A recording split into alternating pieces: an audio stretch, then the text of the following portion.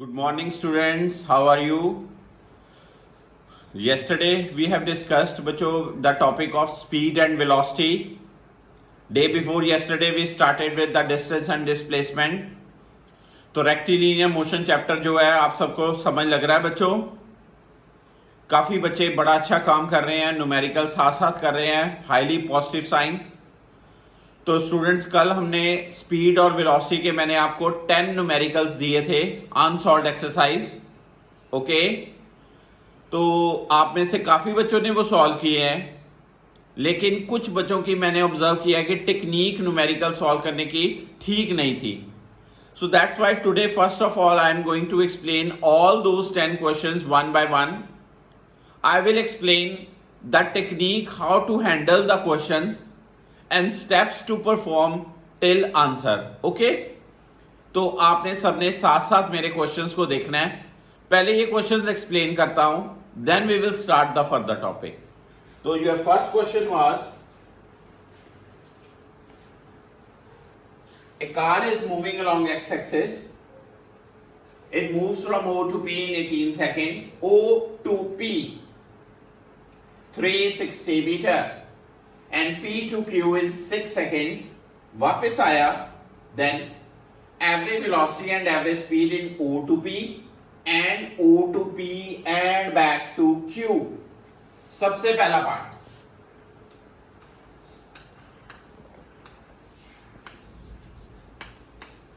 O to P distance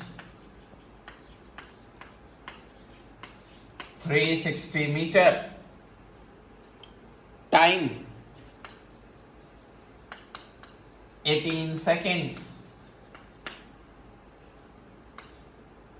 अब आप साथ ही पहले लिख लो, क्योंकि O to P तो स्ट्रेट है,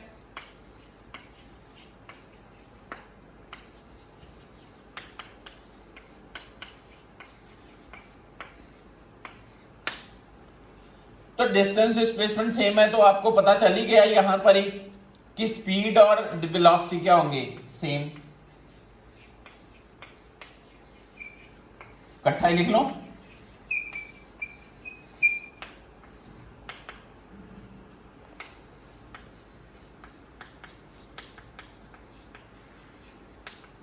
this is the answer. Now O to P and back to Q.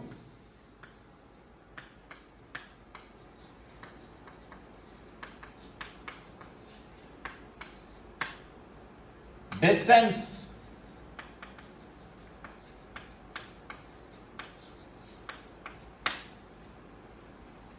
Q point है 240 पे, 360 माइनस 240 कितना हुआ, हम कहें 120.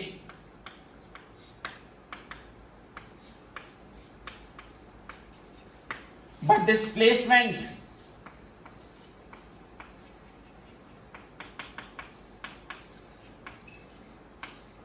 Direct O to Q. Time देखिए, O से P जाते वक्त टाइम लगा उसको 18 सेकेंड, वापस आया जब तो वो 12 सेकेंड, यानी कि टाइम कितना टोटल लगा,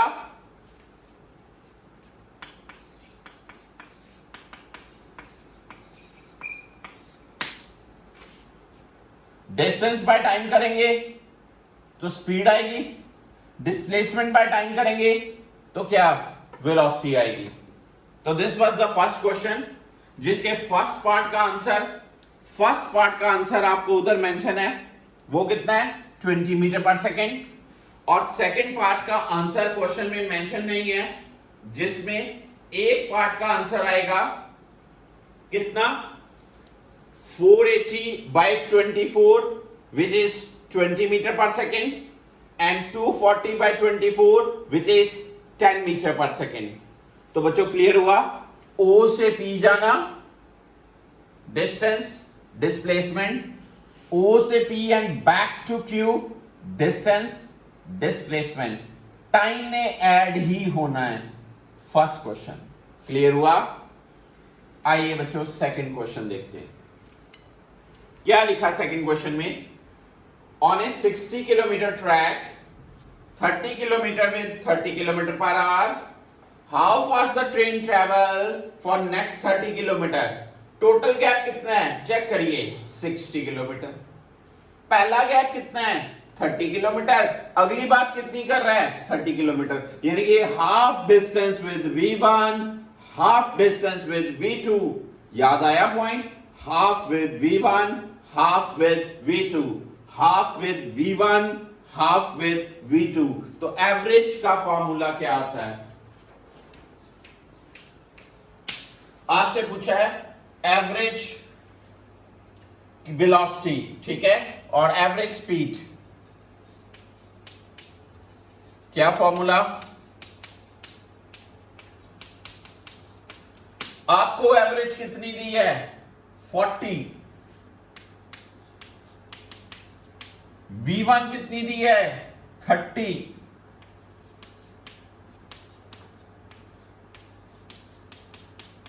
यहां से बच्चों V2 निकाल लीजिए इजीली, आंसर मैच हो जाएगा।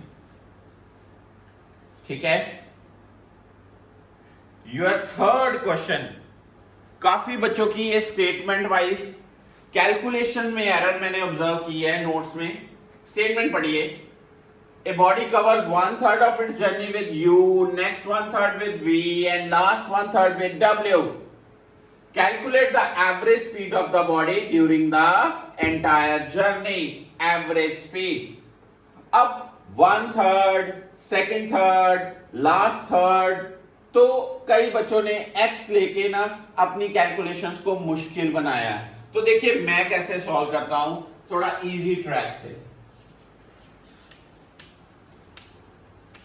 Suppose total distance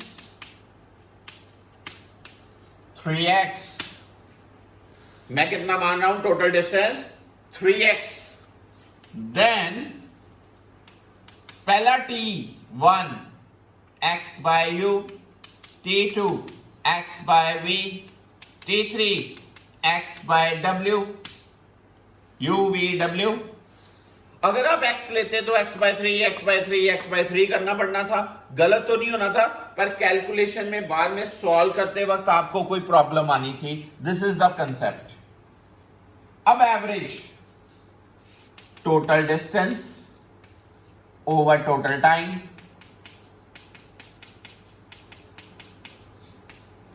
x cut गया बच्चों तो 3, ये एलसीएम लेके u v w ऊपर आएगा, नीचे क्या आएगा v w plus u w plus u v। This would be the answer of the third question. देखो कितना कंफर्टेबल हो रहा है। टोटल डिस्टेंस कितना लिया मैंने 3x, x x x, 3 बराबर हिस्से हो गए x x x। Fourth question एक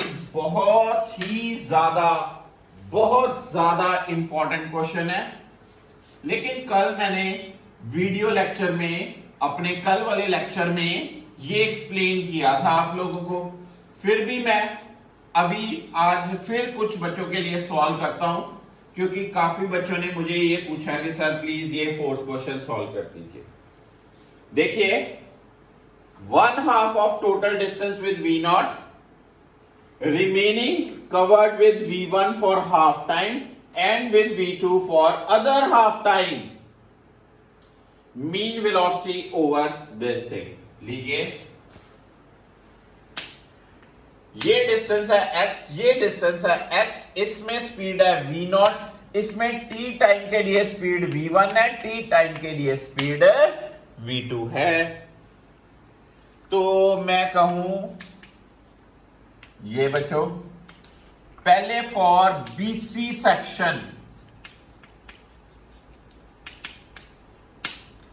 V डैश एवरेज स्पीड क्या होगी बच्चों, ये क्यों लगाया मैंने, हाँ जी खुशी, क्यों लगाया बच्चे ये फॉर्मूला, क्योंकि टाइम इक्वल है, टाइम इक्वल। हर्ष पता चला बेटा, कृष कपूर क्लियर हुआ, टाइम सेम है इसलिए V1 प्लस V2 बाय 2। ठीक है आदित्य कौशल। अब मैं बात करूं ए बी सेक्शन डिस्टेंस है x, BC सेक्शन है डिस्टेंस x, इसमें स्पीड है v नॉट, इसमें स्पीड है v डैश। AB में x gap v not, BC में x gap v dash, distance बराबर, तो average 2 v not v dash over v not plus v dash, this would be the answer. v dash की बड़े comfortably यहां value put कर दीजिए, आपका required answer झटपट से आ जाएगा। पता चला आपको? हाँ जी बच्चों, क्लियर है? स्टार्टिंग में वेलोसिटी क्या है? v नॉट, फिर क्या है? This thing. तो v नॉट v1 v2 में आंसर होगा, v नॉट v1 v2 में आंसर होगा।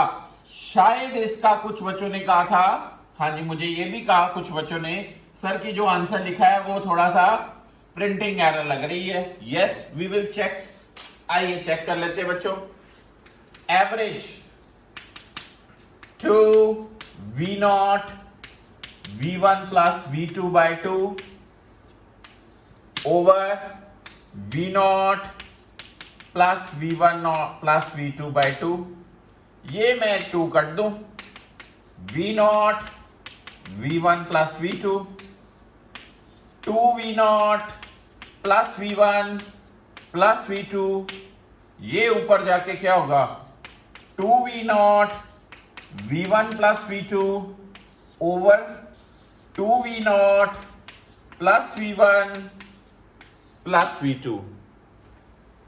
ठीक है, ये जो आंसर है ना, ये आंसर बनता है सही हिसाब से 2v not v1 plus v2 over 2v not plus v1 plus v2। तो जो आंसर आपको फोर्थ का उधर लिखा हुआ है ना, yes few students were right, जिन्होंने अच्छे से किया है, आई एम थैंकफुल टू दो स्टूडेंट्स। उस आंसर में प्रिंटिंग एरर थी, आपका सही आंसर ये होना चाहिए। ओके बच्चों, दिस इज फोर्थ क्वेश्चन, पूरा सॉल्व किया मैंने। पहला बीसी सेक्शन लिया, क्यों ये लिया? टाइम बराबर ये कर गया। फिर एसी सेक्शन लिया, x x v not v dash, average, answer solve कर दिया मैंने। ओके स्टूडेंट्स, ये कितना नंबर क्वेश्चन था? फोर्थ नंबर क्वेश्चन था आपके लिए। अब मैं आपके लिए फिफ्थ ऑनवर्ड क्वेश्चन कर रहा हूं। स्टेटमेंट पढ़िए सारे बच्चे फिफ्थ क्वेश्चन की, उतनी देर में ये रेस कर दूं। फिफ्थ क्वेश्चन की स्टेटमेंट ध्यान से पढ़िए सारे।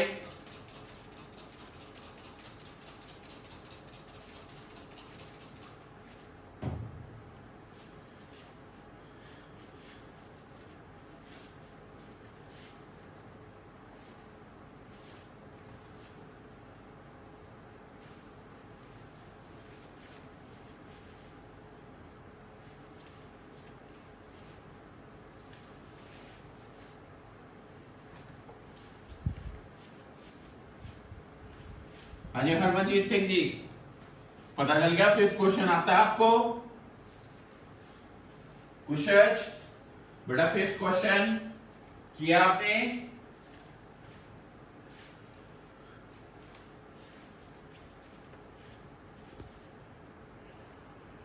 स्टेटमेंट क्या कह रही है फिफ्थ क्वेश्चन की? A cyclist moving in a circular track of radius 100 meter, one revolution in 4 minutes, average speed, average velocity,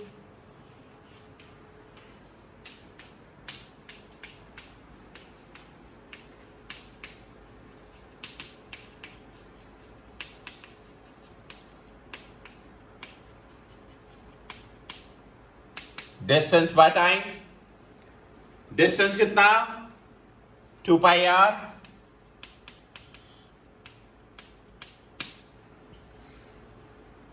hundred meter radius दिया है, टाइम दिया 4 मिनट्स, ये क्या बन गया? 50 पाई मीटर पर मिनट।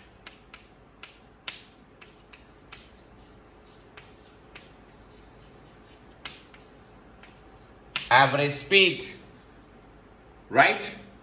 तो एवरेज वेलोसिटी कितनी बच्चों? 0। वाई सो सर्कल में डिस्प्लेसमेंट क्या होती है? 0। तो फिर पता चल जाएगा। 6 क्वेश्चन सभी बच्चों का ठीक था, आंसर में भी एरर थी। आंसर 6 क्वेश्चन की मैंने करेक्शन करा दी। क्या आना था आंसर में? यहां पर 2v1 v2 over v1 plus v2, ये प्लस साइन नहीं आना था। Okay. 7th question, a car covers the first half of the distance between two places at 40 and second half with 60.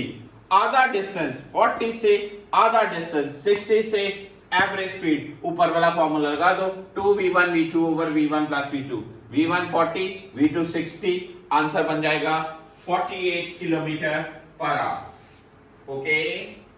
Now next question which is 8th question. देखिए क्या statement में लिखा है, a train moves with 30 kilometre पर hour in fast 15 minutes, 40 next 15, 16 लास्ट 30, average speed of the train for his journey. 8th question, average speed, total distance over total time. अब आपको statement में दिया है 30 kilometre per hour first 15 minutes, 15 minutes. ठीक है बच्चों, तो क्या करूं मैं? ये पहला डिस्टेंस हो जाएगा, मिनट्स को आवर्स में कर लिया मैंने। Then 40 with 15 minutes,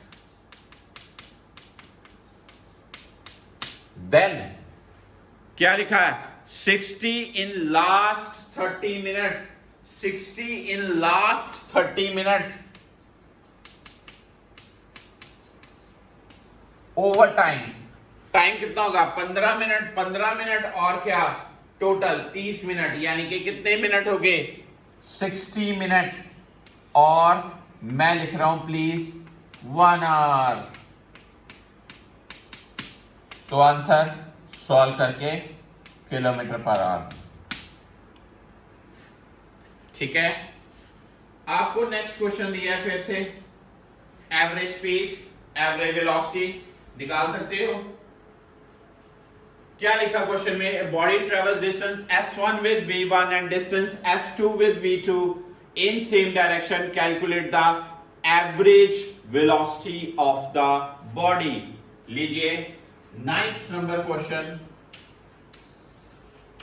distance s1 with v1, distance s2 with v2। ठीक है, कुछ भी नहीं बराबर, ना टाइम बराबर बोल रहा है, ना वो डिस्टेंस बराबर बोल रहा है। तो निकालनी क्या है आपके लिए? Average velocity, total displacement, total time. Time क्या होगा? this thing,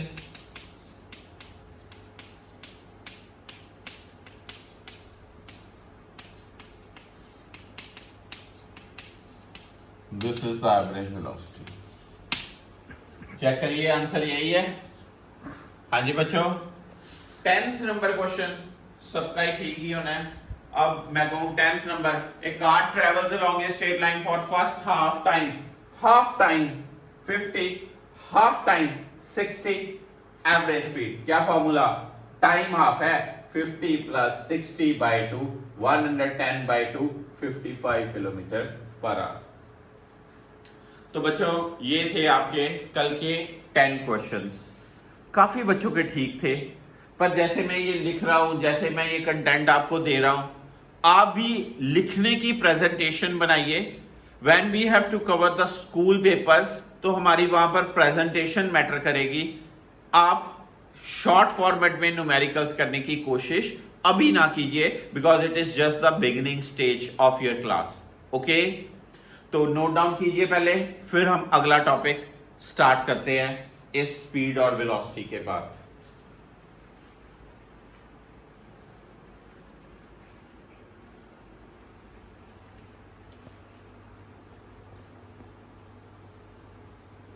स्टार्ट करते बेटा, पहले कुछ बता दूं आपको word.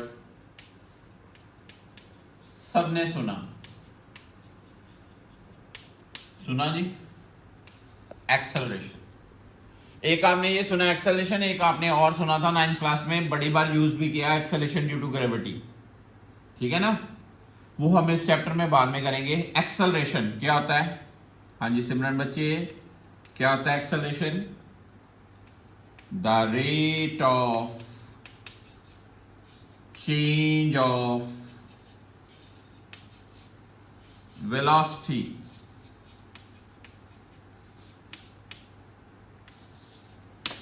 rate of change of velocity is called acceleration। Symbol होता है इसका स्मॉल ए। तो मैं बिल्कुल सिंपल भाषा में लिखूं, change in velocity over time interval, change in velocity over time interval. Okay बच्चे, तो बहुत और ध्यान से लिखना हो तो क्या, final velocity minus initial velocity over time interval. याद रखिएगा एक गलती जो बच्चे करते हैं, it is not speed over time, ये वेलोसिटी के साथ रिलेटेड होता है। तो final velocity minus initial velocity over time, ये एक वेक्टर टर्म है बच्चों, जिसकी डायरेक्शन भी होगी। इसका बच्चों ऐसा यूनिट होता है मीटर पर सेकंड स्क्वायर, सीजीएस यूनिट होता है सेंटीमीटर पर सेकंड स्क्वायर। बच्चों इसकी डायमेंशंस होती हैं m0 l1 t-2। ठीक है बच्चों, एक्सेलरेशन पॉजिटिव हो सकता है when final velocity is greater than initial velocity। acceleration negative हो सकता है when final velocity is less than initial velocity। और आपको पता है, सबने सुना, नेगेटिव एक्सेलरेशन को क्या कहते हैं बताइए? यस, काफी बच्चों को आता है, रिटार्डेशन। क्या कहते हैं? रिटार्डेशन, रिटार्ड होना। An object is retarded means उसका एक्सेलरेशन क्या आएगा? नेगेटिव। और एक्सेलरेशन जीरो कब होगा? If final velocity is equals to क्या? Initial velocity. यानी कि object moves with constant velocity. Janvi कल स्कूटर चला रही थी 20 किलोमीटर पर आवर से, तो ये 20 से ही जाई जाए तो उसका एक्सेलरेशन कितना होगा? 0। उसकी वेलोसिटी क्या है? कांस्टेंट। अगर फाइनल और इनिशियल वेलोसिटी कांस्टेंट होंगे तो एक्सेलरेशन क्या होगा? एक्सेलरेशन क्या होगा? 0। Final velocity is equal to initial velocity, तो एक्सेलरेशन क्या? 0। फाइनल इनिशियल से ज्यादा तो एक्सेलरेटेड मोशन, यानी कि एक्सेलरेशन पॉजिटिव। फाइनल इनिशियल से कम तो रिटार्डेड मोशन, यानी कि acceleration negative. A vehicle moving on road and brakes are applied, इसका मतलब उसकी फाइनल वेलोसिटी कम हो रही है, उसका एक्सेलरेशन नेगेटिव आएगा। A vehicle starting from rest and attains this much velocity, इसका मतलब उसने पहले 0 से कोई वेलोसिटी अटेन की, उसका एक्सेलरेशन पॉजिटिव आएगा। लिखा होगा स्टेटमेंट में, a vehicle running on road with 40 kilometer पर hour and brakes are applied. इसका मतलब उस क्वेश्चन में सोचना है एक्सेलरेशन नेगेटिव लें। ये बातें बहुत ज्यादा इंपॉर्टेंस होल्ड करेंगी व्हाइल सॉल्विंग द न्यूमेरिकल्स। तो एक्सेलरेशन की बच्चों टाइप्स क्या है? वही बात, यूनिफॉर्म एक्सेलरेशन। क्या लिखूंगा इसके अंदर? व्हेन वेलोसिटी चेंजेस, ये वर्ड नहीं लिखोगे तो गलत है। Velocity changes equally in equal time, इसको बोलते हैं यूनिफॉर्म एक्सेलरेशन। अगर ये लिखा आपने velocity equal in equal time, ये नहीं बात। वेलोसिटी चेंजेस इक्वली, पहले वेलोसिटी 10 फिर 20 फिर 30 फिर 40 फिर 50 फिर 60, वेलोसिटी चेंज हो रही है इक्वल अमाउंट से इन इक्वल टाइम, तो उसको बोलते हैं uniform acceleration. Then comes non-uniform acceleration। क्या लिखोगे? velocity changes equally in unequal time or unequally in equal time। इसको क्या बोलते हैं? Non uniform acceleration, sometimes variable acceleration. Third क्या? Average acceleration. क्या लिखेंगे? क्या लिखोगे बच्चे? वही total change in velocity over time interval। total change in velocity over time interval क्या? Average acceleration. चेंज वर्ड बहुत ज्यादा इंपॉर्टेंट है। फोर्थ इंस्टेंटेनियस, काफी बच्चों के कल स्पेलिंग गलत थे। Instantaneous acceleration, differentiation of velocity with respect to time. Differentiation of velocity with respect to time. Velocity का डेरिवेटिव करेंगे, डिफरेंशिएट करेंगे। मन में अभी ख्याल है कि ये क्या होता है, आंसर मंडे ट्यूसडे के लेक्चर में मिलेगा।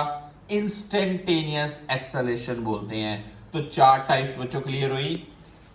Uniform, non uniform, average, instantaneous. Note down कीजिए। ये मैंने अभी आपको क्या समझाया है? एक्सेलरेशन क्या होता है? Change in velocity over time interval, it is the acceleration. Final velocity minus initial velocity over time interval. तो आपने अब तक क्या पढ़ लिया? डिस्टेंस पढ़ा, डिस्प्लेसमेंट पढ़ी, स्पीड पढ़ी, वेलोसिटी पढ़ी और एक्सेलरेशन पढ़ा। इस मैकेनिक्स के चैप्टर्स को हैंडल करने के लिए ये बहुत ही मेजर टर्म्स है। Distance, displacement, speed, velocity, acceleration, all are collectively used for entire chapters of the physics। ये बेस रूट है इस सारे ही सेट ऑफ मैकेनिक्स के चैप्टर्स का। ओके, अब मैं आगे आपको एक नया पॉइंट समझाने जा रहा हूं। ये भी पॉइंट 9th में तो बड़े अच्छे ढंग से मैंने कुछ बच्चों को समझाया था, बट आज अब +1 में सारे बच्चों को वो पॉइंट समझाएं। ये नोट डाउन कीजिए।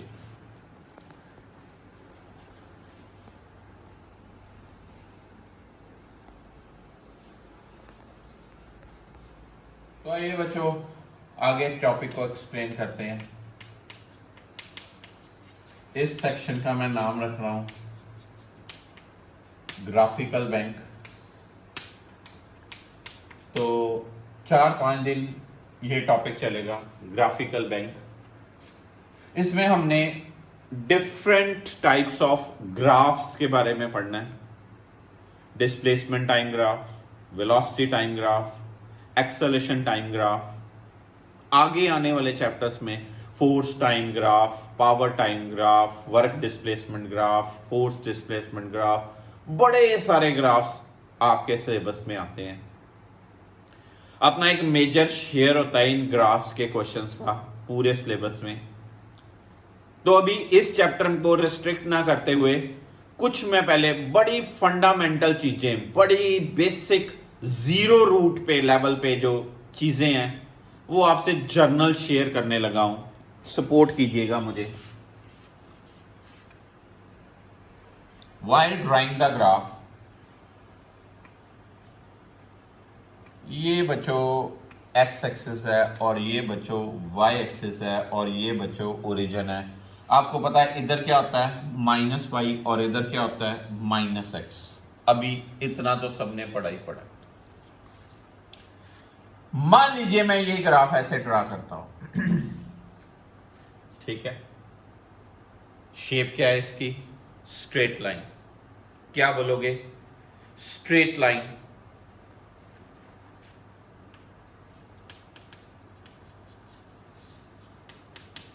पैरेलल टू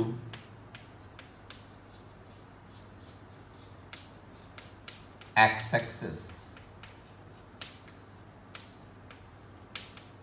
ठीक है।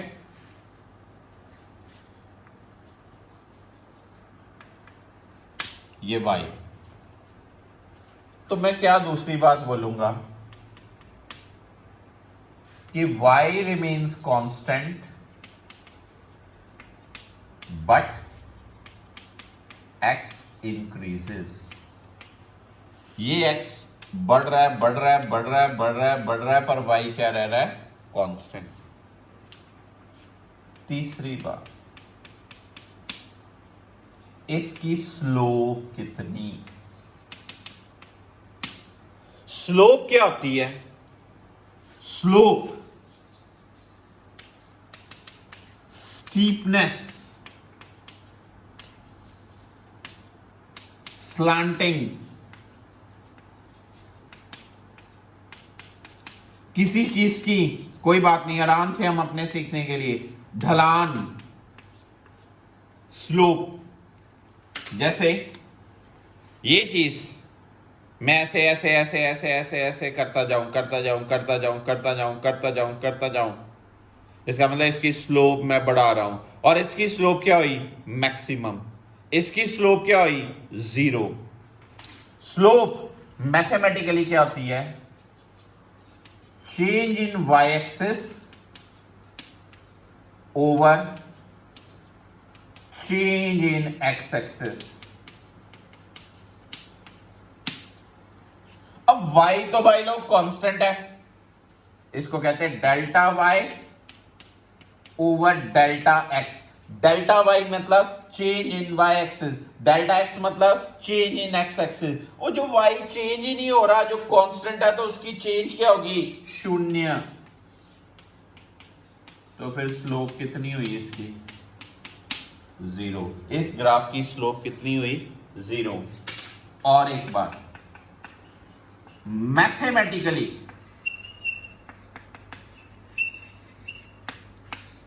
स्लोप tan थीटा होता है। क्या होता है? tan theta. कैसे? मान लो मैं ऐसे बनाता हूं, इस ट्रायंगल में टेंजेंट क्या होगा? ये मैं लूं PQ डेल्टा y और OQ लूं मैं डेल्टा x। तो tan थीटा क्या होगा बच्चों? Delta y by delta x। तो delta y by delta x को क्या दिया मैंने? स्लोप। तो यही tan थीटा। तो स्लोप tan थीटा होती है mathematically. Here theta is the angle made by graph with x-axis वो कितना बना रहा है? यहां पर थीटा कितना बन रहा है? थीटा यहां पर कितना है? 0 डिग्री। तो टेंजेंट 0 आपको पता है कितना होता है? 0। तो फिर उससे भी स्लोप क्या लिख सकता हूं? 0। ऐसा ग्राफ है हॉरिजॉन्टल स्ट्रेट लाइन, तो उसकी स्लोप क्या? 0। उसकी मैथमेटिकल इक्वेशन क्या लिखोगे? ये y इक्वल टू क्या? Constant. y equal to constant. अब सीखे अगली बात, ये देखिए मेरे पास x एक्सिस है, मेरे पास y एक्सिस है, ये ओरिजिन है, मैं ग्राफ ऐसे बनाता हूं। काफी बच्चों को क्लियर हो गया? पॉइंट्स करें। ये क्या लिखेंगे? Straight line parallel to y axis. दूसरा मैथमेटिकल इक्वेशन क्या होगी? x constant, y increasing. तीसरी बात, इसकी स्लोप क्या होगी? Change in y over change in x axis. x axis की चेंज कितनी है? 0। एनीथिंग बाय 0 इज इनफाइनाइट, तो इसकी स्लोप कितनी आ गई? इनफाइनाइट।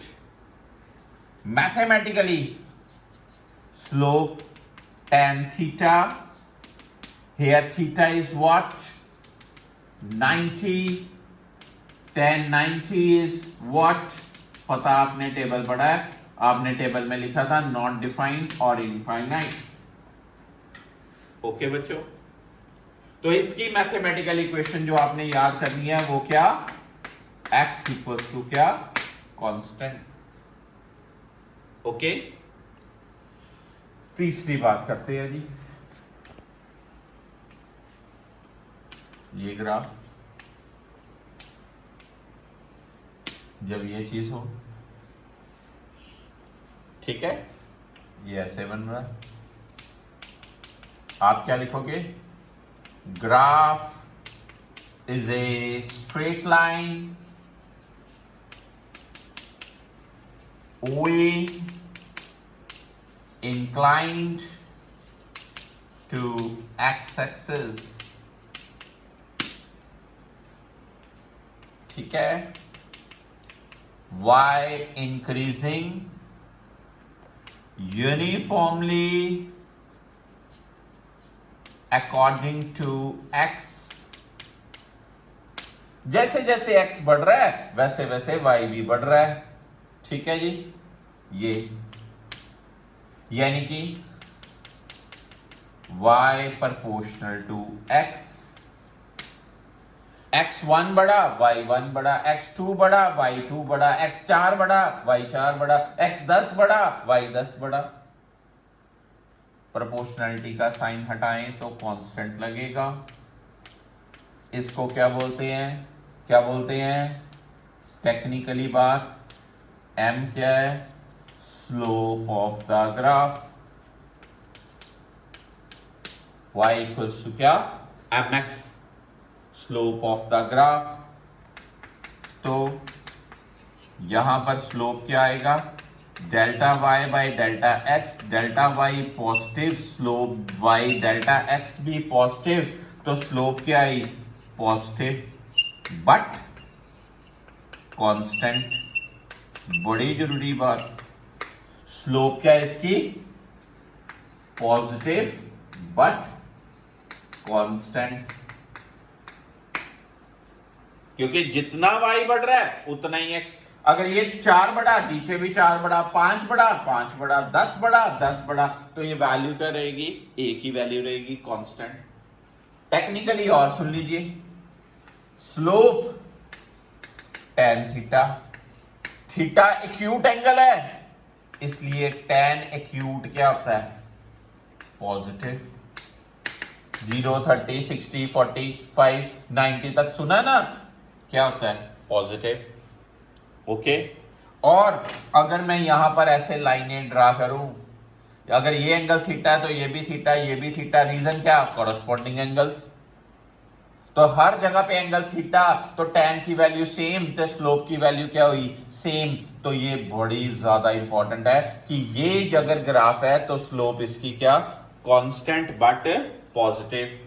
तो अभी 3 बातें। इसका मतलब क्या? स्लोप 0।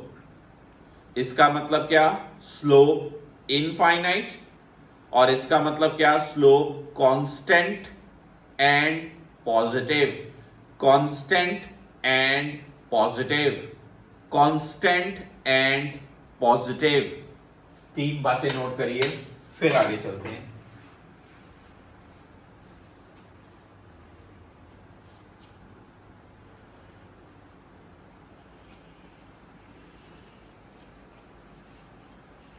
तो क्लियर हुआ बच्चों? इसमें स्लोप x बढ़ रहा है, y भी बढ़ रहा है, x और y यूनिफॉर्मली बढ़ रहे हैं, राइट? तो ग्राफ ऐसे, ये चीज। तो इसका अगला कंटेंट ये देखिए, ये x एक्सिस, ये y एक्सिस। अगर ग्राफ ऐसे हो तो क्या लिखोगे आप? Graph is a straight line inclined to, वही बात, x axis,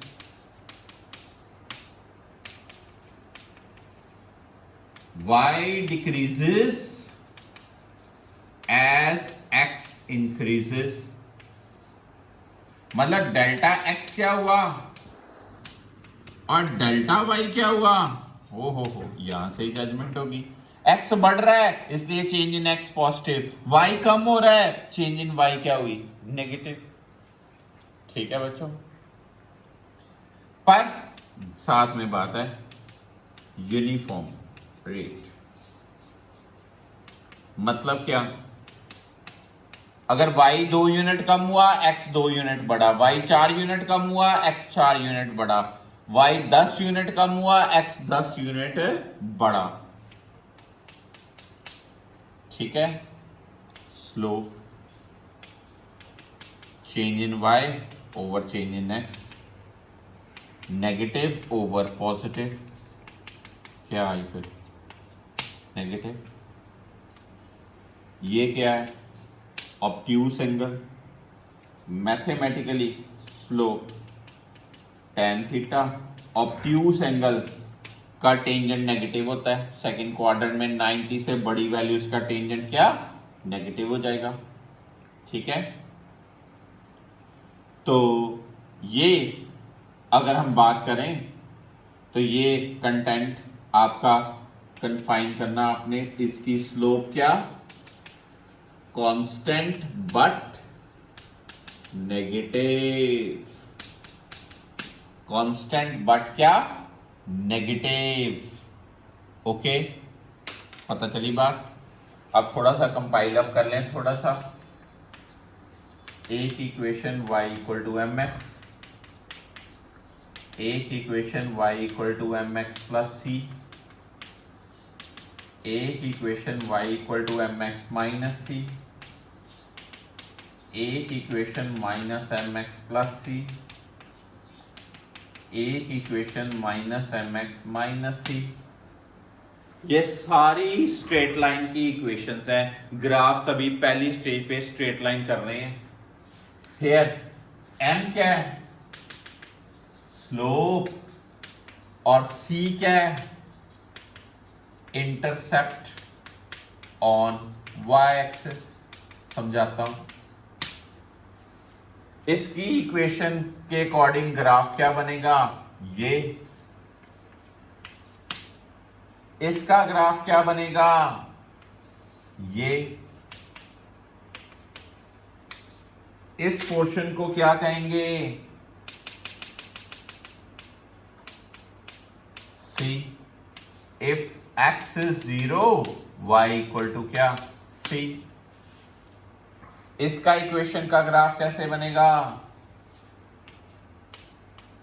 this thing, this, ये क्या, if x is 0 y equal to minus c।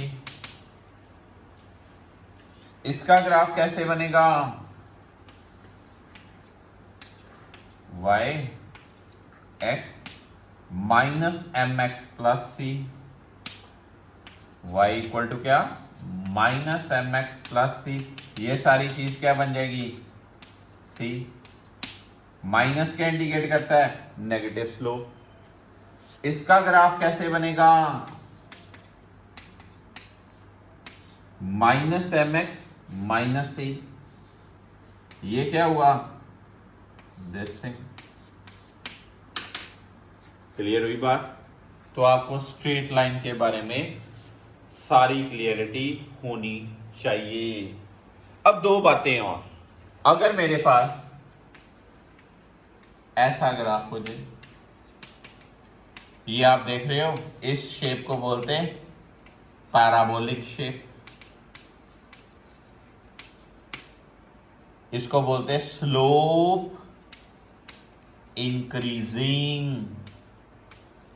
Slope आप देख लो, हर पॉइंट पे थीटा चेंज हो रहे हैं और बढ़ रहे हैं, तो स्लोप क्या हुई, increasing.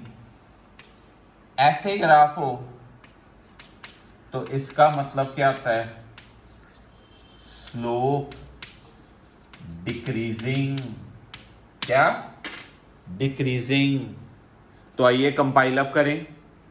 Slope 0, slope infinite, slope constant positive, slope constant negative, slope increasing, slope decreasing. फिर स्टार्ट कर रहा हूं, 0 slope, infinite slope, constant positive slope, constant negative slope, increasing slope, decreasing slope. तो ये अभी आज मैं इधर ही रुकता हूं, अगले लेक्चर में हम यहां से कंटिन्यू करेंगे। ये मैंने जर्नल आइडिया दिया है ग्राफ्स का। हमने इस चैप्टर में पढ़ना है displacement time, velocity time graphs. तो पहले बेसिक आइडिया आपको स्लोप के बारे में समझाना बहुत जरूरी था। देन यहां से मैं प्रोसीड करूंगा डिस्प्लेसमेंट टाइम के डिफरेंट केसेस में। Thank you so much, God bless you all.